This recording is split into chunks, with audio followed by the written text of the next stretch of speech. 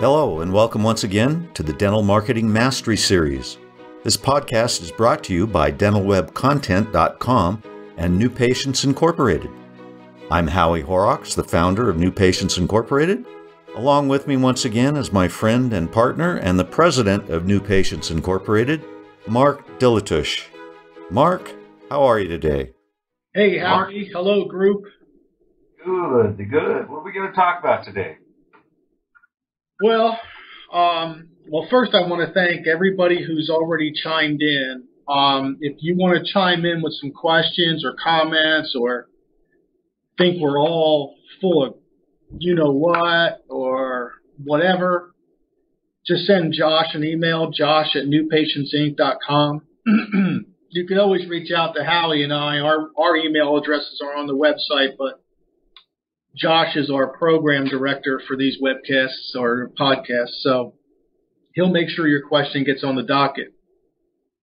So the last couple of podcasts, we discussed the two halves of the dental market, whether or not you believe they exist, why you should believe they exist, and quite a little bit about the overall strategy on how to go after them. The characteristics of each of the halves, how they respond, how quickly they respond, what their return will be into your practice, and several scenarios on when you would use each or when you would go after each half of the market. Now, for this segment, we wanted to go, I don't know if you remember, but the first segment we said we were having a hard time coming up with the very top of the pyramid for the Dental Marketing Mastery Series, that the series is going to be vast. And we really had a hard time coming up with the first thing we were going to talk about, and we decided it was going to be the two halves of the dental market because that's a prerequisite for the rest of the series. Well, finding the first one was hard because there were so many firsts. And budgeting, what your budget should be, how to allocate your budget to the various media types, how to control costs, which media tend to increase in cost and decrease and have long bell curves or have short bell curves, and all those things seem to be the second most important. So we're going to start with budgeting. I'm a dental practice, or the example practice would be a dental practice that's been in practice for 5 years or more. And they basically just either want to increase or accelerate the process of growth, or maybe things have stagnated and they want to create new growth. Or in a lot of cases, especially over the last 8 years, people come to us and they say, well, I'm working harder, but I'm taking the same amount of money home. And honestly, that's not stagnating, that's losing.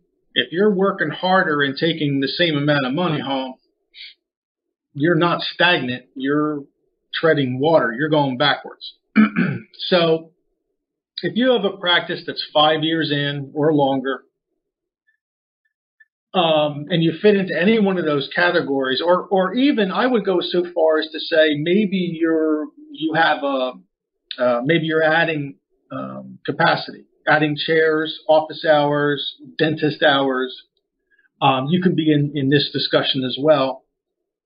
People ask us all the time, and they say, well, how much is your marketing plan? I think that's one of the questions we get most often. Yeah, how much does NPI cost? Right? Yeah. Or I don't know. Here, let's clear the air once and for all for every other segment in the Dental Mastery Series, Dental Marketing Mastery Series. Howie and I, the only marketing budget we have is for our business. It's not for your business. We say to you, you should budget 5% of your trailing 12-month revenues as the low end of your budget, and you should budget 5% of your goal revenues as the high end of your budget. We're not telling you you have to do that, right, Howie? What if somebody came to us and said, Mark and Howie, you have to budget X% of your revenues for your business? What would we say to them? Well, we would say, you know what? We'll do that. And here's what you can get for that budget. Right. If it's not good enough, okay, then give us a bigger budget, but we'll operate within your budget. Yeah, okay, so here's the point. Mark, Howie, some other marketing firm, some guy named Bob or some lady named Jill, nobody gets to dictate your budget except for you. You're the business owner. A budget doesn't mean what you're spending currently. A budget is not it's just a budget. It's just a projection. It's a percentage of revenues that you plan to spend over a period of time. It doesn't mean you have to. It doesn't mean you're committing to it. It doesn't mean anything really other than to say, how does this expense fit into my business model? Right? 5% of your trailing 12-month revenue. So let's just go through an easy example. Let's say that last year you did $600,000 a year. 5% of $600,000 is $30,000. That's the low end of next year's budget. Let's say you want to get to $800,000. 5% of $800,000 is $40,000. $40,000 is the high end of your budget. You make those two calculations, where am I now and where do I want to go, and you multiply both times 5%. And that gives you a very narrow range. You should not spend under the low end, and you should not spend over the top end. It protects you both ends. There are many, many, many, many, many dentists out there over the years who have made the classic mistake of starting and stopping. This is why this conversation is at the top of the pyramid, or one of the blocks at the top of the pyramid of discussion. One of the most expensive things you can do when you promote anything is start. So a start and stop approach is bad. And dentists are famous for starting and stopping because, and it's perfectly natural, we're not making fun of dentists or anything. It's just, it makes sense that when you get busy, you don't spend any time, attention, energy, or money on marketing your practice, right, Howie? Why would you do that? If you were busy, right, why would you go home on a Friday night and look at your marketing? Yeah, we don't need it right now. Things are rolling along. We got new patients coming in the door. What the heck? Yeah, well, might as well save the money, right? Exactly. Yeah, put some more money in my IRA and make me happy and make my family happy and everybody's happy, right? Okay. Right. So when it's busy, dentists tend to not pay attention to marketing. When it's slow, dentists tend to panic. Oh my God, it's slow. I got to take money. I have to make a decision like now. I have to do 5 times the amount that I probably really need to do just to restart the growth. So what you end up with is you end up with a start, stop, start, stop, start, stop career. And go back to what I said at the beginning of this paragraph, which is the most expensive thing you can do in marketing is start something. When you start radio ads, it's the most expensive. When you start a new website, it's the most expensive. When you start a mail campaign, it's the most. Everything that you ever do to promote your practice, when you start, it's the most expensive it will ever be. And the reason for that, I might point out, is that that's when you have absolutely no traction from your marketing. Right. It hasn't any momentum yet. You're just dipping your toe into market penetration.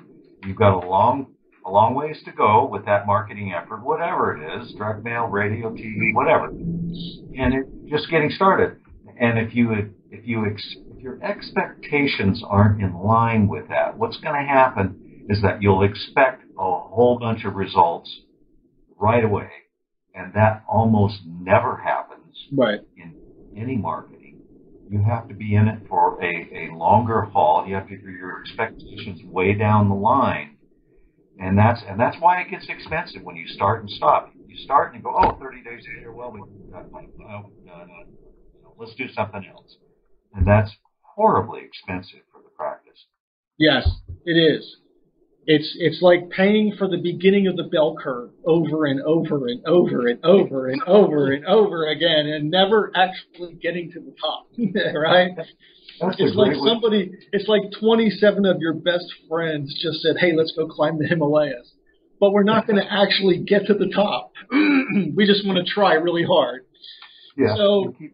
So I guess the takeaway here is, if the audience could take it, is have a budget. A budget is not.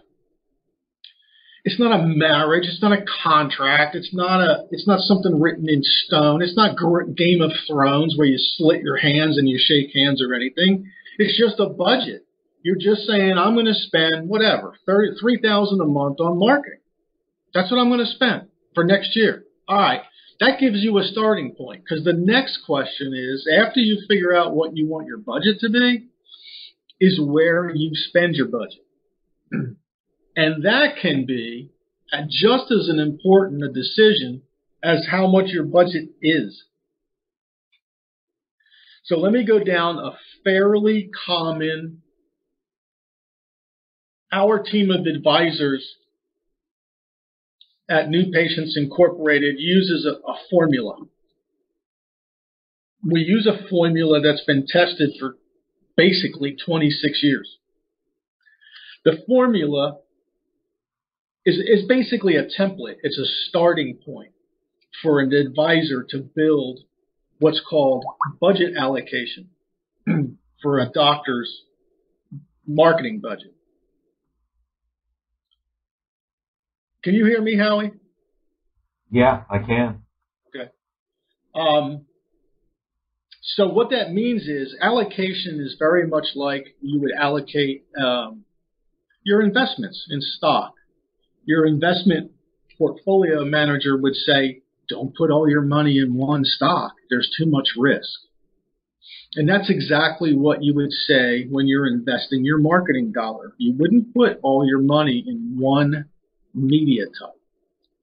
So a classic template or a classic formula for a practice that's been in existence for 5 years or so, has a decent patient flow, and is just looking for additional growth, is to allocate 5% of their trailing 12-month revenues to 5% of their goal revenues, but then take that whole budget. Let's use our example, $30,000 to $40,000. Let's just use $35,000. Let's go right down the middle and use $35,000.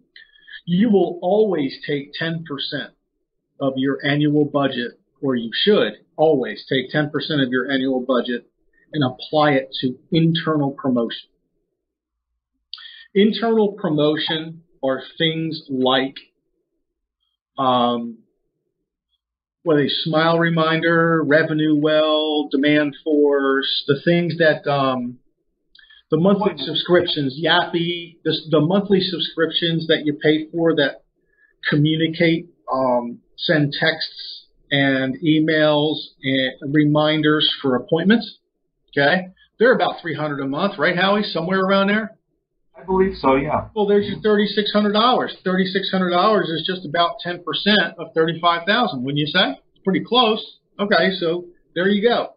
Your internal promotion is allocated. Now, you can do more than 10 internal. You can go up to 10%. So what else when we talk about internal promotion, Howie, give me some examples of internal promotion. Well, one is, the old referral brochure. You want to encourage your patients to bring their friends and family in to you. And so there's a printed piece. We've had one for many years. It's gone through an evolution over time, of course. But that's one method of internal promotion. You're promoting to your patient base. They already know you. They presumably like you. You've worked on them. They've given you money, so they're probably very willing to spread the good news about your practice to their friends. Absolutely. There's a great example of internal promotion. I can think of a classic example, and if you're a dentist listening to this, you're probably going to be shaking your head in about 2 minutes. You'll be shaking it up and down. When was the last time one of your own patients walked into your office with a new set of veneers that you didn't do? They probably walked in with a new set of veneers that you didn't do because they didn't know you did veneers. And they probably didn't know that you did veneers because you didn't tell them. Internal promotion is the act of telling your existing patients all of the benefits of all of the dentistry you do, not just what you specifically have done to them. Your patients don't want to be there to begin with, and they can't wait to go home after they leave. They will only remember physically, they will only remember the outcomes physically of what you have done to them. They will not realize the breadth and the depth and the scope of all the other beneficial services that you provide all of your other patients. A 33-year-old is not going to understand the benefits of implant-supported dentures. Not unless you tell them. They may have a mom or dad that lives right down the street that's been complaining about their dentures to their son or their daughter for the last 27 Sunday dinners in a row. But you didn't tell that 33-year-old about the benefits of implant-supported dentures. Why? Because you didn't have any of your budget, or first of all, you didn't have a budget, and second of all, because you didn't have hardly any of it allocated to internal promotion. The bottom line is the best place to promote your new services or your existing services really is to your existing patient base. They always cost the least to reach out to, and they will always provide the highest impact. Would you agree, Howie? Absolutely, absolutely. It's an old saying, but it happens to be true. Retaining or trying to get a new patient into the practice costs you 5 to 6 times more than it does just to retain the ones you already have. Exactly. Okay, so internal promotion, 5%, 10% of your annual budget. The internet, depending on where you are, 15 to 20%. And then we would, and when I say 15 to 20%, that includes everything. That includes the website, any SEO, social media that you're doing to it, any AdWords that you might want to invest in. So that leaves about 40-45% of your budget left over. We typically don't like to fully allocate a budget. We like to leave 5% on the back end just in case some really cool opportunity pops up that the office wants to take advantage of, like the church across the street has a church bulletin and it costs $50 a month to advertise in it and you get 9,000 patients from it. Some of those things still do exist and you do want to be able to take advantage of them. So now you have about 40%, 50% of your total budget left over. Where do you put it? And the answer is you put it into your local community in such a way that will either garner an immediate response direct or drive the recipient to your website where you can get an indirect phone call. Now, if you have your internal taken care of and you have your web presence with the other part of the budget taken care of, Howie and I have statistics on what works and what doesn't work for every media type. Believe it or not, doing direct mail the right way is effective in 96% of the U.S. markets. It's actually 0.4% more predictable than the internet because the internet is 96. So what we would do with that extra 40 to 45% of that budget is we would pour that whole chunk into getting as many impressions on the streets as possible to the most qualified candidates as possible over the next year. And we would hope to secure, and when I say secure, what I mean is claim. If I'm a dentist, I want to claim the top 40% of the local market as mine. If you're a competing dentist, you can't have them. Hands off. So what I'm going to do with that portion of the budget is I'm going to reach out to the top 40% of the households within a very short drive of my dental practice, and I'm going to proclaim mine. These are mine. I'm going to hit them 3 or 4 times over the next year with the benefits of my dental practice, the conveniences, technologies, my public relations assets. I'm going to hit these households. I'm going to allow them to choose me, and they can choose me either directly through calling the number on the mailer, or they can go to my website, which many of them do, and they will do more research about me, and they will call me from there. But I am going to claim this center core as mine. That's what I'm going to do with my first year marketing budget. How about you, Howie? What are you going to do? Well, we're on the same page there, bro. Yeah, and this description of what you should do with your marketing budget it just comes from experience. That's all. We've tried all kinds of other ways to do it, and we tried to accommodate some clients who figure that they can get all of their new patients from the internet. And we haven't yet met a dentist who's actually done that. So this isn't a try this, try that, hit or miss thing. This comes from 26 years of doing it. And you can say direct mail's old school if you want, go ahead. None of our clients will agree with you. It's just a matter of doing it correctly and with proper targeting and the right message. And it is the best return on investment you can make. Yeah, it's and I'll try and draw our listeners' attention outside of dentistry for a second, and I'll list off some websites: Overstock.com, Amazon in the early years, Yahoo, I don't know, Southwest. There's 3 or 4 websites right there that almost everyone, or even Facebook, almost everyone who's listening to this has visited, right? They're very popular websites. And sometimes I think dentists think that they can skip the step of driving people to their website who are local.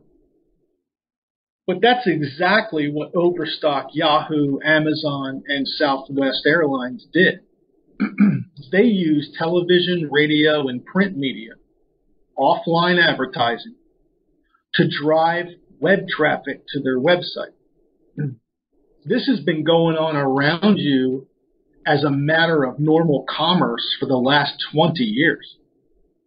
So if somebody comes to you and says, no, put 100% of your annual budget in, I don't know, Google AdWords. Okay? Nobody does that. Even the gigantic companies, the Ford. If Ford could get all their sales, all of their interest in the new aluminum body F-150 off of the internet only, why would you see Ford F-150 commercials on TV? The point is, as a dentist, you're working in a circle, about a 15-mile diameter around your practice. If you're not going to move your practice, you have to claim that as yours. You have to do offline promotion, good online promotion, yes, and good internal promotion. If you are in a market that is at least average competitive makeup, you're going to need to do a combination of those 3 things. What we just presented to you was the right mix the right budget allocation of those three things. And that's what we have for this installment. Yes. The next installment will go deeper into budgeting, and we're going to start to peel off the layers of some of these media types. And we're going to start going through don't do. Do this, but don't do this with these media types. Those should really help you. And again, it's all situational. Everything that we talk about is not 100% perfect. This is still the subject of marketing. But we say it all the time. If you could walk into a casino and you had a 96% chance of winning, would you play? And the answer is yes. Okay. So anyway. I'm Vegas, and I'll take that bet. Absolutely. Well, thanks. All right. Thanks everyone for listening, and we'll be back with our next episode shortly. All right. Thank you. This podcast is brought to you by dentalwebcontent.com and New Patients Incorporated.